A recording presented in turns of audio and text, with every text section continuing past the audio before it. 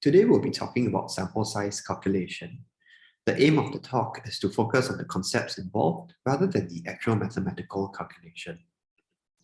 So why does sample size calculation matter? Isn't more always better? Well, while having a larger sample size may indeed increase the statistical power and increase the likelihood of detecting a difference, if indeed a difference exists. The problem is that when a sample size is too large or when the study is too big, this often becomes very costly, logistically and administratively challenging, and often requires a very long period of time to conduct the study. And overall, this may then compromise the feasibility of a study actually being carried out. On the flip side, if a study is too small, it may be inadequately powered to derive a conclusive result. Hence, at the end of the day, what we want to do is to derive a sweet spot where we have a sample size that is just big enough to be able to, with a good degree of certainty, detect a difference if indeed it exists, but yet at the same time, not be too large that it becomes prohibitive in its conduct. So to get to the bottom of how we go about deriving a suitable sample size, we do need to start off with some basics. So when it comes to any study, the clinical question is usually framed in the form of a null hypothesis, which states that there is no difference between, let's say, treatment A and treatment B, and an alternative hypothesis, which there is a difference. When we conduct a study and following the statistical analysis, our aim is to either accept or reject the null hypothesis based on pre-specified statistical parameters. So when the null hypothesis is rejected, we then conclude that there is a difference.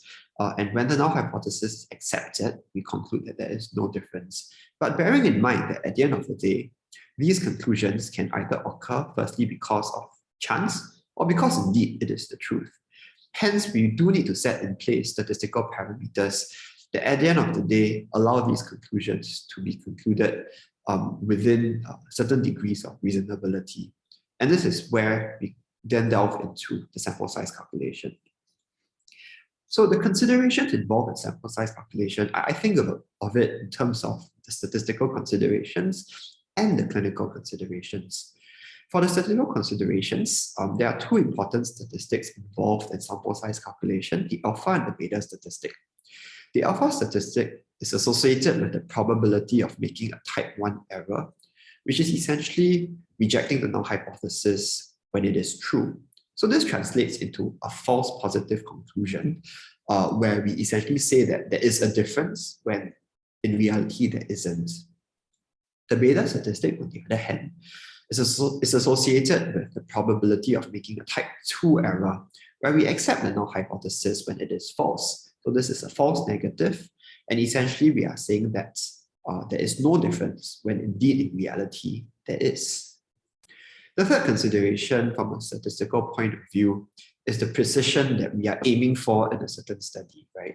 So ideally, what we want is for the confidence intervals of our results to fall within a narrow range. So that way, we would be more confident that the result, or rather the likely point of truth is within a narrower margin rather than having a very large confidence interval.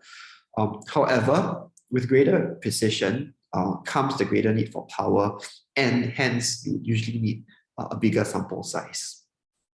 So next would be the clinical considerations, of which the main consideration would be that of what is our anticipated effect size of therapy. So depending on the type of study that you are carrying out, this could take the form of what's the expected prevalence of a disease, what's the expected difference of treatment effect between treatment A and treatment B. And we do need to sort of have a anticipated starting points in order to do a sample size calculation. And in order to derive this can either be derived from previous studies that have shown certain possible effect sizes, or if there is a paucity of evidence in this space, then a pilot study may be conducted to give us a sort of ballpark figure that can be used as a basis for sample size calculation. The second consideration is what's the anticipated dropout and loss to follow-up rate. So usually we would then have to input a certain buffer into the sample size consideration in ensuring that the dropout rate and loss to follow-up rate does not compromise the necessary numbers needed for our sample size to be adequate. So next we talk about the concept of power. The concept of power is closely tied to the beta statistic. Mathematically, it is defined by 1 minus the beta. And by definition, it is a measure of a study's ability to detect the smallest possible difference between groups that is considered clinically worthwhile, if indeed such a difference exists. So numerically, usually a power of 0.8 is generally accepted. And this translates to mean that there's an 80% chance of finding a difference with a given sample size if a difference indeed exists. So we then move on and conclude with the application. So sample size calculation is usually firstly based on the primary outcome of interest. And hence, especially in the context of a randomized controlled trial, when we make conclusions from a study, we can usually only make conclusions regarding the primary outcome. When it comes to secondary analysis, secondary outcomes, usually we say that these are hypothesis generating in nature rather than conclusive.